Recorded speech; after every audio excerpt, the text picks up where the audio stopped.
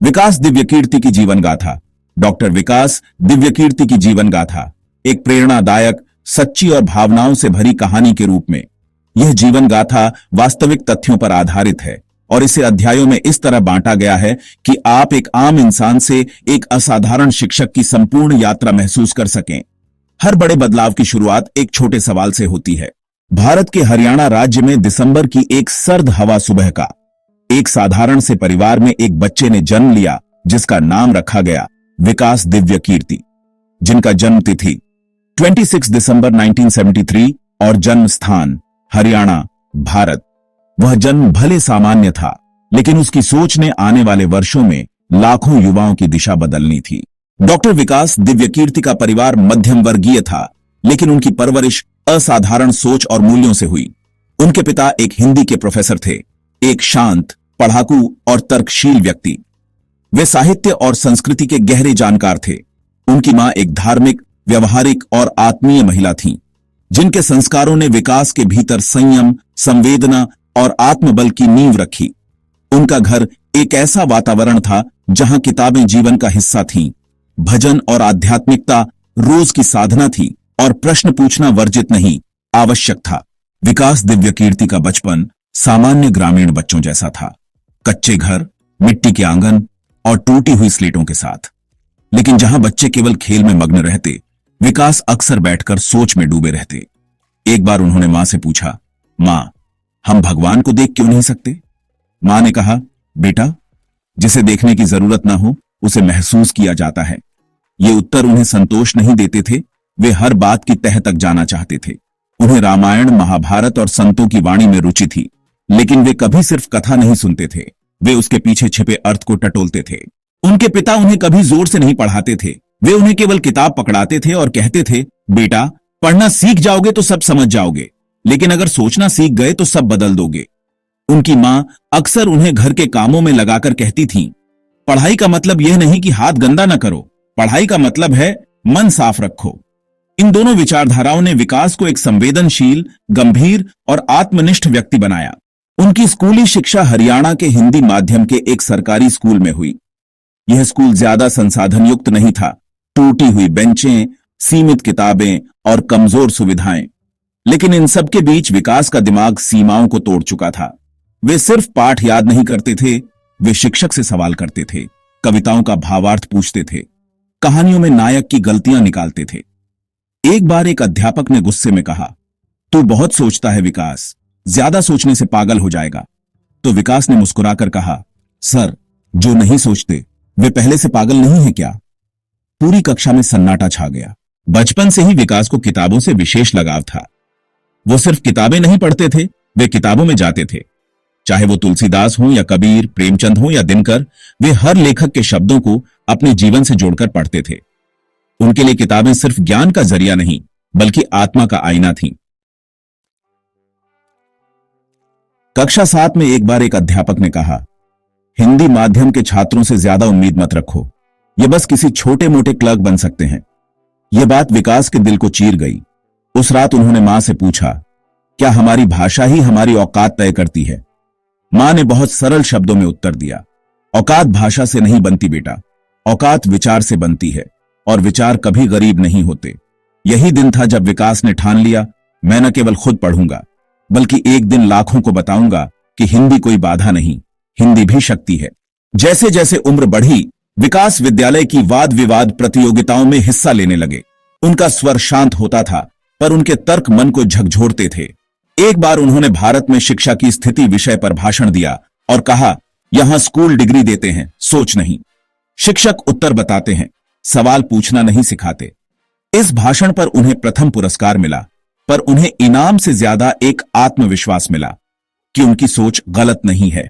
Doctor विकास दिव्यकीर्ति का जन्म एक साधारण घर में हुआ, लेकिन उनके प्रारंभिक जीवन की मिट्टी में तर्क, सवाल, साहित्य और संवेदना के बीज पड़े थे।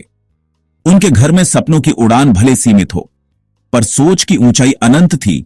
उनका पूरा बचपन एक ही सूत्र में गूंथा था, दूसरों से बड़ा बनने की होड़ मत करो, खुद से बेहतर बनने की जिद रखो।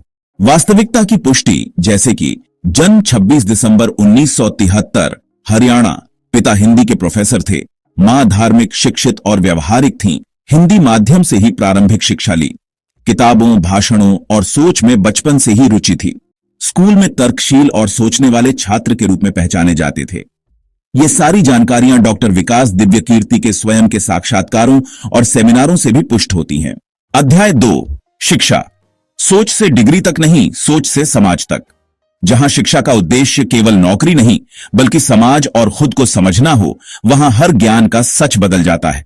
डॉक्टर विकास दिव्यकीर्ति के जीवन में कॉलेज का प्रवेश एक नई दिशा लेकर आया। वह पहले से ही जानते थे कि शिक्षा केवल परीक्षा पास करने के लिए नहीं होती, बल्कि यह एक समाज को बेहतर समझने और खुद को आत्मनिर्भर बनाने का माध्यम होती है। इसी सोच के साथ उन्होंने दिल्ली विश्वविद्यालय के हंसराज कॉलेज में हिंदी साहित्य में स्नातक यानी बीए ऑनर्स में प्रवेश लिया। दिल्ली आकर उन्हें जो सबसे बड़ी चुनौती महसूस हुई वह थी भाषाई और मानसिक अंतर। उनके जैसे हिंदी माध्यम से आए छात्र को यहां अंग्रेजी बोलने वालों से मुकाबला करना था, लेकिन विकास का नजरिया हमेशा दूसरों से अलग था। उन्होंने कभी भी अपनी जड़ें नहीं छोड़ी, बल्कि हिंदी को अपनी ताकत बना लिया। कॉलेज में दाखिला लेने के बाद विकास का ध्यान केवल किताबों तक ही नहीं था। उन्होंने हिंदी साहित्य को अपनी सोच का हिस्सा बना लिया। वह उन पाठों को समझने लगे थे जो एक साधारण पाठ्यक्रम में नहीं होते। साहित्य के द्वारा समाज की पहचान और उसका सुधार। वह बताते हैं, हमारे लिए पढ़ाई केवल तथ्यों तक सीमित नहीं होनी चाहिए, बल्कि हमें समाज, मानवता और जीवन की गहरी समझ मिलनी चाहिए। उन्होंने हिंदी के महान साहित्यकारों जैसे प्रेमचंद, निराला, दिनकर को गहरे से समझा। उनकी रचनाओं में समाज और संवेदनाओं का मिलाजुला प्रभाव देखा। विकास के अनुसार हिंदी साहित्य में संवेदनशीलता और विचारशीलता की ताकत है, जो सीधे समाज में बदलाव लाती है। कॉलेज की पढ़ाई के बाद विकास ने दिल्ली विश्वविद्यालय से हिंदी साहित्य में एमए किया। यह एक समय था जब उन्होंने अपनी सोच को और भी गहरा किया और साहित्य, समाजशास्त्र, राजनीति विज्ञान और दर्शन शास्त्र में भी रुचि ली। उनका एमए केवल डिग्री हासिल करने का रास्ता नहीं था, बल्कि यह एक अंतर्दृष्टि की यात्रा थी। विकास का मानना था, अगर समाज को समझना है तो ध्यान से हर पहलू को देखना होगा। सिर्फ किताबों तक सीमित रहकर ज्ञान नहीं हासिल किया जा सकता। उन्होंने दर्शन शास्त्र और समाज शास्त्र के सिद्धांतों को हिंदी साहित्य के संदर्भ में जोड़कर पढ़ा। यहां से उनका आध्यात्मिक और बौद्धिक विचार एक नई दिशा में बढ़ा। वह केवल कक्षाओं तक नहीं सीमित रहे। उन्होंने सतत पढ़ाई और चर्चा के माध्यम से अपने ज्ञान की क्षमताओं का विस्तार किया।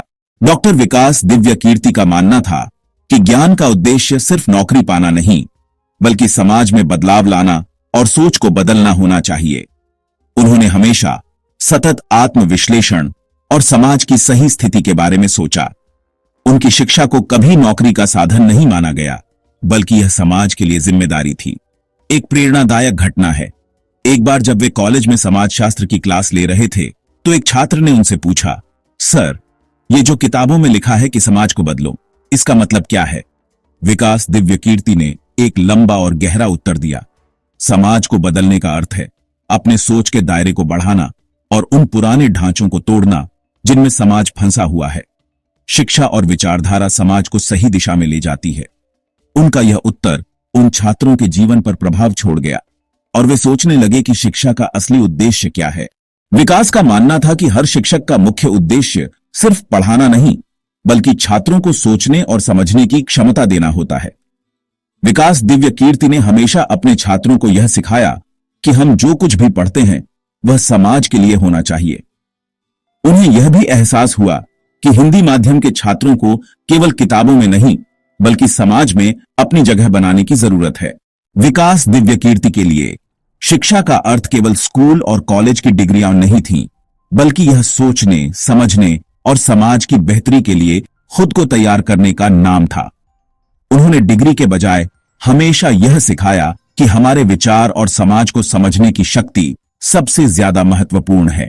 डॉक्टर विकास दिव्यकीर्ति की शिक्षा यात्रा किताबों तक सीमित नहीं थी। यह एक गहरी सोच और समाज के प्रति जिम्मेदारी की यात्रा थी।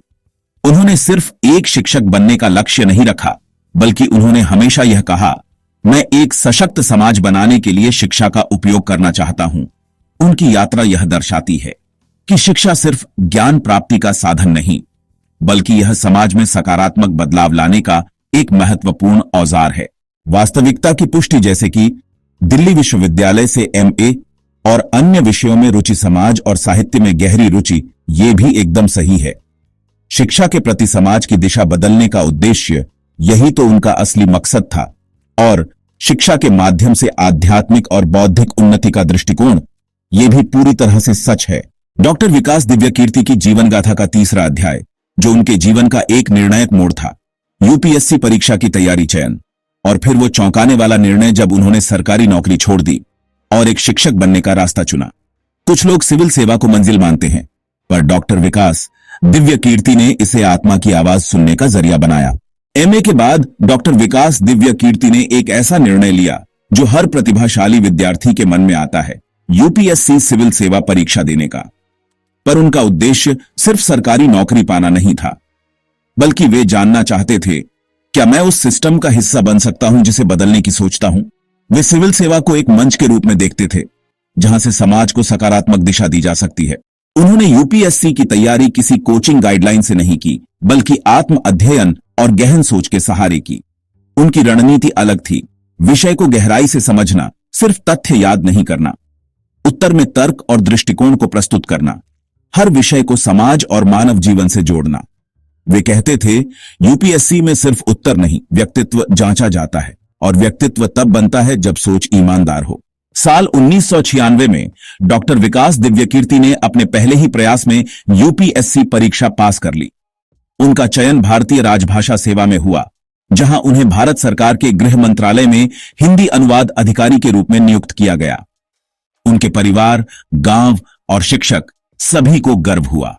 यह उस समय की सबसे प्रतिष्ठित परीक्षाओं में से एक थी, लेकिन इस गर्व के पीछे धीरे धीरे एक असंतोष की चुप्पी पनपने लगी। सरकारी नौकरी में दाखिल होने के कुछ ही महीनों बाद डॉक्टर विकास दिव्यकीर्ति को एहसास हुआ कि यहां मैं जो काम कर रहा हूं, वह समाज को बदलने की प्रक्रिया से दूर है। यह केवल फाइलें सरकाने और अनुमोदन लेने का काम है। उन्हें दिन भर सरकारी दफ्तर में बैठकर फाइलों पर दस्तखत करने की बजाय विचारों पर संवाद करना ज्यादा सार्थक लगता था। वे सोचते थे, क्या मेरी जगह कोई और होता तो फर्क पड़ता? शायद नहीं, पर अगर मैं कहीं बैठकर लाखों युवाओं को सोचने सिखाऊं तो शायद फर्क पड़ेगा। यह सबसे कठिन मोड़ था। एक ओर स्थिर सरकारी नौकरी जो सामाजिक सम्मान, सुरक्षा और प्रतिष्ठा देती थी, दूसरी ओर एक अनिश्चित रास्ता जिसमें सिर्फ विचार थे और जुनून। घर वालों ने बहुत विरोध किया, मित्रों ने समझाया, यह पागलपन है, कोई सरकारी नौकरी छोड़ता है क्या? लेकिन डॉक्टर विकास दिव्यकीर्ति का निर्णय पक्का था, मैं नौकरी छोड़ सकता हूं, पर अपनी आत्मा के साथ समझौता नहीं कर सकता।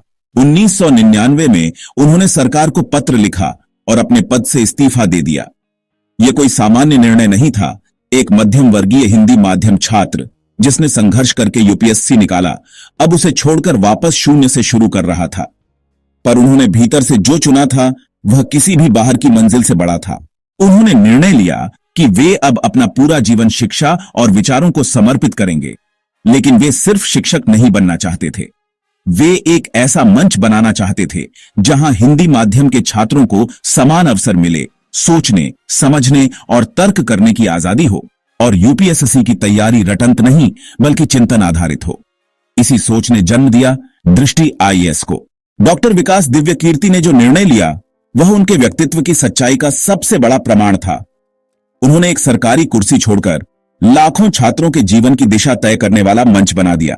यूपीएससी उनके लिए मंजिल नहीं थी, बल्कि एक रास्ता था खुद को जानने और समाज को बदलने का। वास्तविकता की पुष्टि, जैसे कि यूपीएससी सिविल सेवा परीक्षा पास की, चयन हुआ राजभाषा सेवा में, गृह मंत्रालय में हिंदी अनुवाद अधिकारी बने, 1999 में नौकरी से इस्तीफा दिया, दृष्टि आईएएस की स्थापना उसी वर्ष की, ये सभी जानकारी डॉक्टर विकास दिव्यकीर्ति के स्वयं के इंटरव्यू, व्याख्यानों और दृष्टि आईएएस की ऑफिशियल जानकारी पर आधारित है।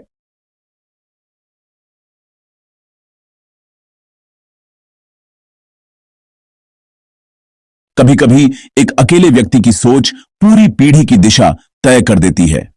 शुरुआत एक छोटा कमरा, कुछ छात्र और एक आग से हुई थी। साल 1999।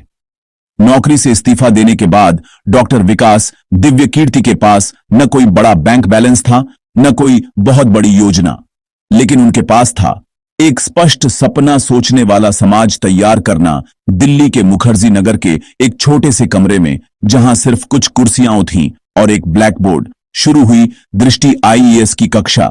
इसमें शुरुआत में मात्र 4 छात्र थे और उन 4 छात्रों से उन्होंने कहा था, मैं तुम्हें यूपीएससी पास करवा दूं, ये वादा नहीं कर सकता, लेकिन मैं तुम्हें इतना सशक्त सोचने वाला बना दूंगा कि अगर तुम न भी चयनित हुए तो भी तुम किसी चयनित से कम नहीं लगोगे।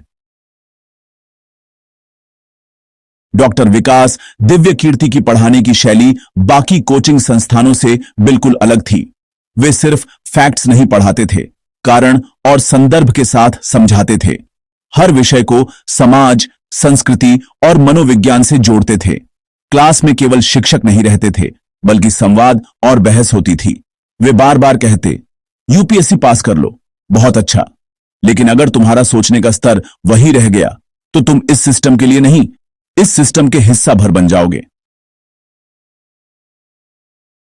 धीरे धीरे छात्रों को समझ में आया कि यह जगह सिर्फ पढ़ाई के लिए नहीं, बल्कि दृष्टिकोण और जीवन मूल्यों के लिए है।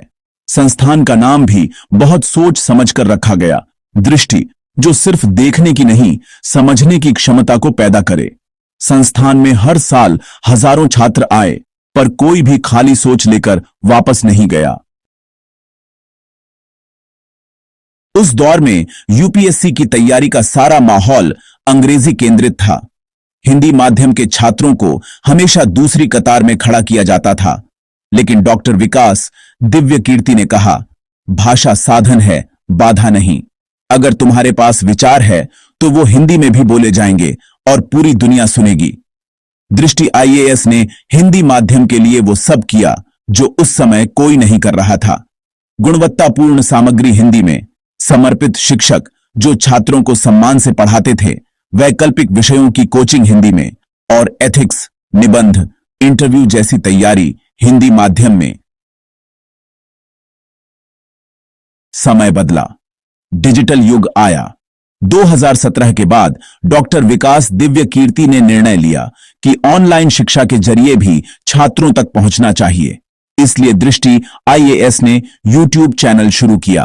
पहली ही वीडियो में डॉक्टर विकास दिव्य कीर्ति ने अपने साफ और सच्चे शब्दों में बात की और वो वायरल हो गया। उसके बाद से लाखों सब्सक्राइबर, करोड़ों व्यूज, हजारों प्रेरणादायक भाषण और एक पूरी पीढ़ी जो कहने लगी, हमें समझ आया सोचने का असली मतलब क्या होता है।